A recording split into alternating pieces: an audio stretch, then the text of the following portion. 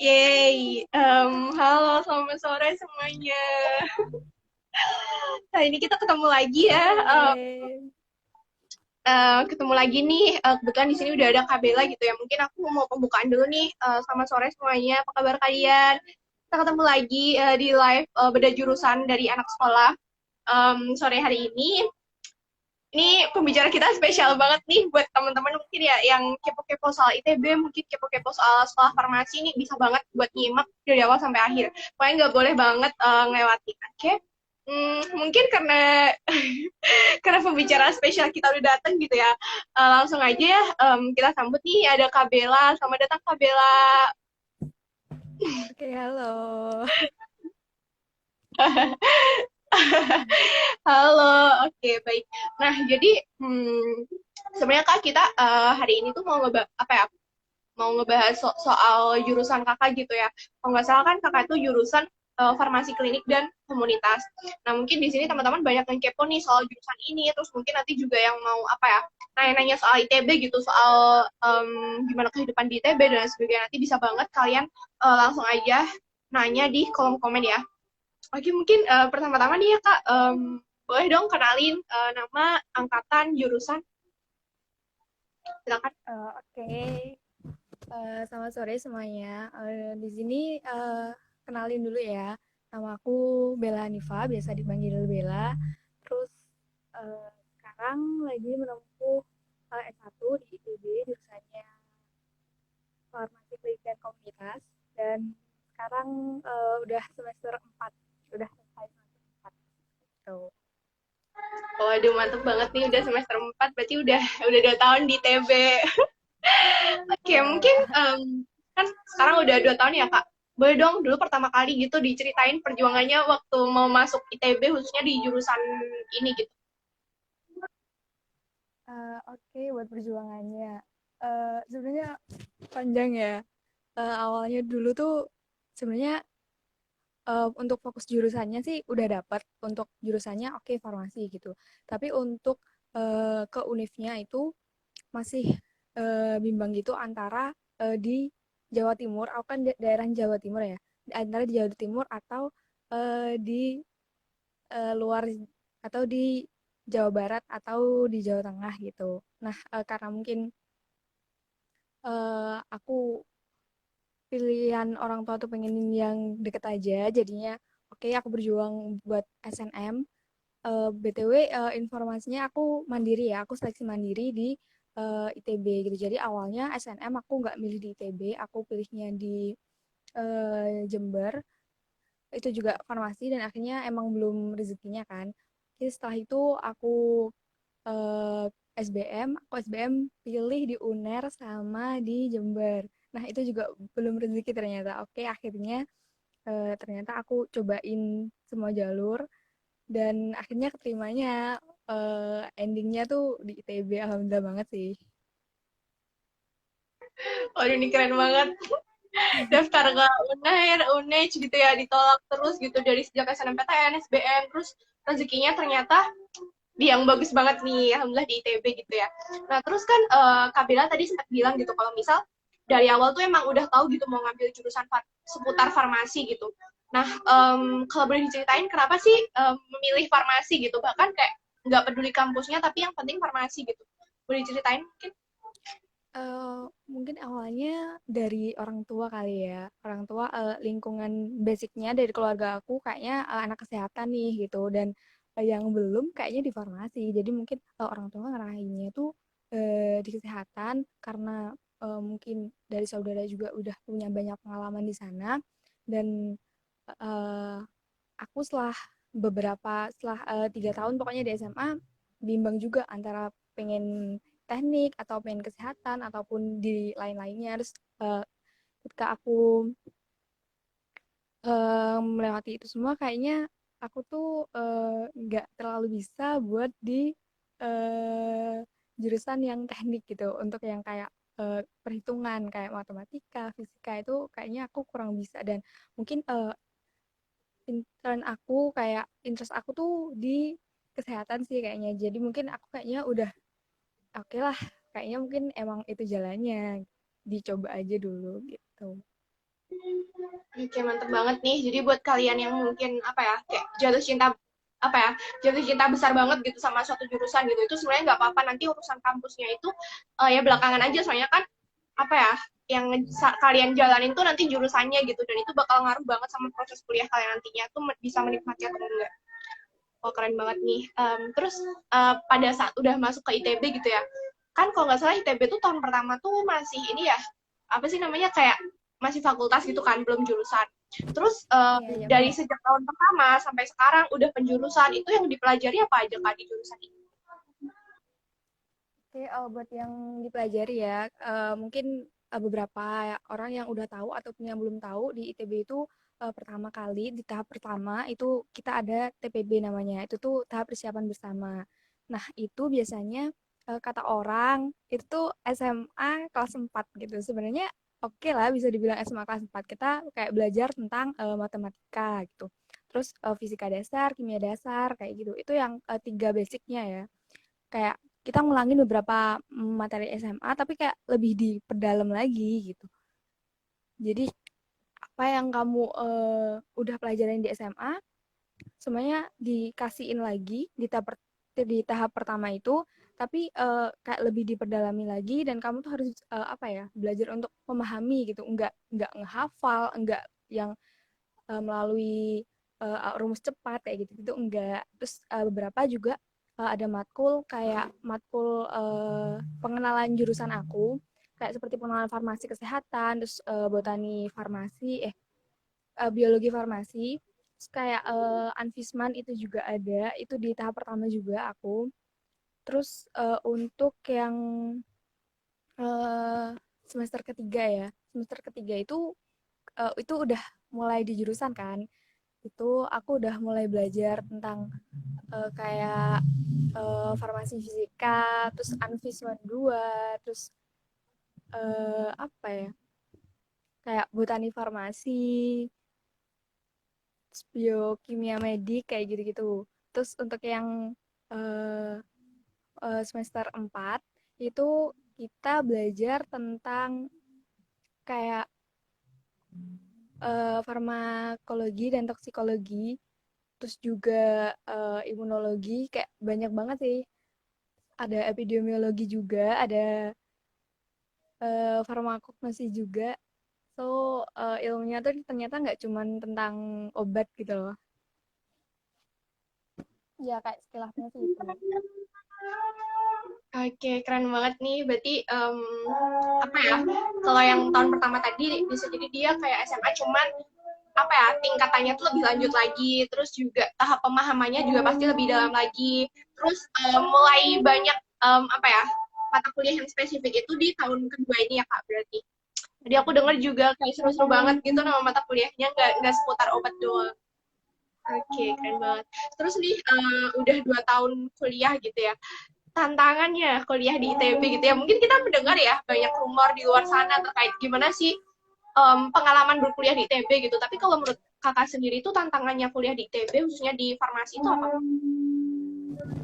Oke, buat tantangannya, of course sebenarnya awal tuh takut banget gitu untuk ya tau lah ya itu kayak gimana mungkin di luar sana image-nya kayak gimana, dan itu aku temuin juga ternyata harusnya teman-teman tuh kerjanya tuh belajarnya tuh giat banget gitu mereka tuh, tapi overall semuanya kayak belajarnya tuh bareng-bareng, kita tuh kayak di sana berjuang bareng-bareng kayak gitu. Tantangannya lebih ke mungkin ya materinya sendiri banyak hafalannya juga, kimianya juga harus mateng diperdalam juga. Untuk lingkungan, kalau untuk lingkungan sebenarnya cukup asik-asik aja sih gitu.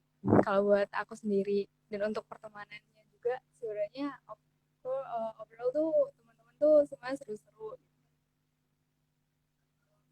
Oke, menarik banget nih. Berarti bisa dibilang, ya namanya rumor di luar sana kan, image-nya ITB itu kan kampusnya, ya mungkin kampus favorit gitu. Dan pasti isinya juga orangnya bukan orang yang biasa-biasa gitu ya.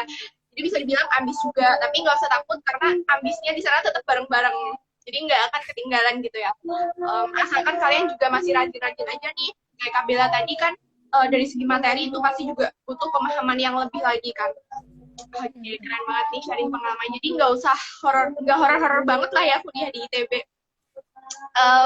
Terus Iya, nih, santai. selain kuliah juga Kak, Kak Bella sekarang lagi sibuk apa aja? Sibuk apa aja pasti apa ya di himpunan. Terus kita juga ada unit-unitnya banyak banget, baik unit kebudayaan, apapun itu kayaknya diwadahi deh di ITB gitu. Apapun yang kamu suka gitu semuanya kayaknya ada di ITB. Ya itu sih kayaknya untuk sekarang ya Oke, sibuknya. berarti ITB sendiri itu masih memfasilitasi gitu ya Kak buat mahasiswanya yang pengen aktif di luar kehidupan akademis. Di Iya. kalau boleh kayak di sana tuh ada apa aja sih Kak? Maksudnya kayak UKM, organisasi gitu-gitu kayak gimana? Ada. Kalau aku sebenarnya aku di unit tuh di koperasi ya itu kayak jadi kamu belajar buat eh apa ya ngurusin orang-orang yang berjualan di kantin kayak gitu. Terus apa aja ya banyak banget sih sebenarnya. Kayak nanti ada unit tentang kesenian juga ada, tentang angklung juga ada. Nah, terus eh, tentang dance kayak gitu banyak sebenarnya. Oke ya, berarti buat kalian punya bakat nih, gak usah khawatir gitu, karena nanti di ITB bakal banyak banget wadah yang bisa memfasilitasi. Terus ini mungkin langsung aja ya, ada yang nanya, sama kenal Kak Bella untuk bersaing di ITB jurusan farmasi itu susah nggak sih Kak? Cara untuk bisa bersaing di ITB kayak gimana Kak? Boleh langsung jawab. ITB jurusan farmasi. Eh, BTW di farmasinya ITB itu ada dua jurusan ya. Yang pertama Sains dan Teknologi Farmasi dan yang kedua Farmasi Klinik dan Komunitas. Dan untuk perbedaannya, kalau Sains dan Teknologi Farmasi itu mungkin secara kasat matanya lah, secara enak di ngomongnya itu kayak gimana kamu membuat suatu produk dari kayak obat-obatan, kosmetik dan lain sebagainya kayak di hulunya. Nah, kalau farmasi klinik itu bagaimana pelayanannya ke masyarakatan kayak jadi kayak di hilirnya gimana obat-obat itu nanti bisa ke pasien kayak gitu. Susah atau enggak buat kalian yang basicnya suka hafalan itu pasti dan suka biologi, suka kimia, itu kayaknya seru-seru bang. Itu kayaknya seru aja gitu, seru-seru banget. Terus kalau em, untuk yang sekarang ya, kalau aku kalau untuk perhitungan kayak gitu tuh belum terlalu banyak juga, belum terlalu banyak sih. Tapi eh, ada beberapa. Terus kalau untuk cara bersaingnya sendiri, sebenarnya apa ya? Hmm, kita biasanya sebelum ujian itu ada kayak tutor sebaya lah gitu yang difasilitasi sama himpunan kayak gitu kan. Terus kalau semisal kita kalau minggu-minggu biasanya ya sama teman-teman gitu kayak belajar sambil nongkrong sambil jalan-jalan karena Bandung kan banyak tempat nongkrongnya ya banyak tempat buat belajar lah banyak banget yang 24 jam tuh buka jadinya biasanya mereka tuh belajar di sana kayak bareng-bareng sama teman-teman kayak gitu pasti kayak, kalau menurut aku ya lebih enak tuh ya belajar bareng sama teman-teman kita gitu ada yang susah kita bisa tanya ada yang kita bisa ngasih share ke teman-teman kita juga jadi saling ngebantu sih. Oke, menarik banget nih. Jadi enggak melulu perjuangan di kampus tuh tentang kita sendiri gitu, tapi banyak kok maksudnya kayak ya udah bareng-bareng aja gitu solid kayak tadi misal suka nongkrong sambil belajar nah itu ngebantu banget tuh sambil refreshing juga kan ya Iya, selain iya, di kampus. bener banget. Oke, terima kasih Kak. Mungkin semoga bisa menjawab ya. Oke. Nah, selanjutnya nih, tadi udah ngebahas soal perkuliahan, udah ngebahas soal kegiatan di luar perkuliahan juga. Sekarang mungkin nih kita ngebahas putar duit-duitan gitu ya. Kalau di ITB sendiri tuh biaya kuliahnya tuh kisaran berapa, Kak? Oke, kalau kisaran ya, kita itu kalau waktu aku ya, ini aku kayaknya belum upgrade atau gimana ya. Sebenarnya ya mungkin sama aja sih waktu tahunku atau tahun sekarang. Untuk yang sekarang tuh kayak kita uangnya kayak semua tuh dipangkal dipukul rata gitu 12,5 juta. Nah, tapi tuh untuk ngambil keringanan itu bisa banget di tiap semesternya. Kalian ngejuin keringanan dan juga banyak beasiswa di sana. Kalian kalian kalian harus tahu itu dan mm, sebenarnya jangan terlalu berfokus, jangan terlalu mikirin tentang biaya karena ITB itu nggak bakalan ngeluarin mahasiswanya karena kalian kurang biaya. Pasti ada jalan lah di sana tuh. Oke nih, tadi meskipun mungkin biaya di ITB tadi kayak dari segi uang pangkal tuh cukup tinggi, tapi ternyata di sana juga banyak banget nih beasiswa gitu, bahkan keringanan juga. Jadi buat kalian-kalian aja tuh yang mau masuk ITB, ya udah tinggal masuk dulu aja, nanti perkara biaya tuh bisa dikompromikan di sana gitu ya. Kayak ya nggak mungkin kalian dikeluarin cuma gara-gara biaya gitu.